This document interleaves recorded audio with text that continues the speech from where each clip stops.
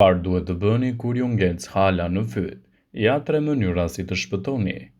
Asgjë nuk shijon më shumë se sa një tavë peshku buzëdeti deri në momentin kur një halë të kalon keq në fyt. Ndonë se shumica e halave të peshkut janë të imta, ato të mëdhat mund të jenë problematike nëse nuk tregojeni të kujdesshëm gjatë pastrimit të peshkut dhe mund të mbyteni. Të gjithëve na ka ndodhur një gjë e ngjashme dhe ka alarmuar edhe të gjithë të afërmit tuaj. Asnjëherë mos përdorni një vegël ose një objekt tjetër për të zhvendosur halën. Kjo gjë mund të bëhet vetëm nga një specialist. Për të lehtësuar këtë problem, nëse hala ju ka ngecur, duhet të ndiqni këto hapa. Kollituni. Gjë e parë që duhet të bëni instinktivisht është kollitja. Presioni i ajrit gjatë kollitjes do të spastrojë halat nga fyti dhe mund t'i nxjerrë jashtë.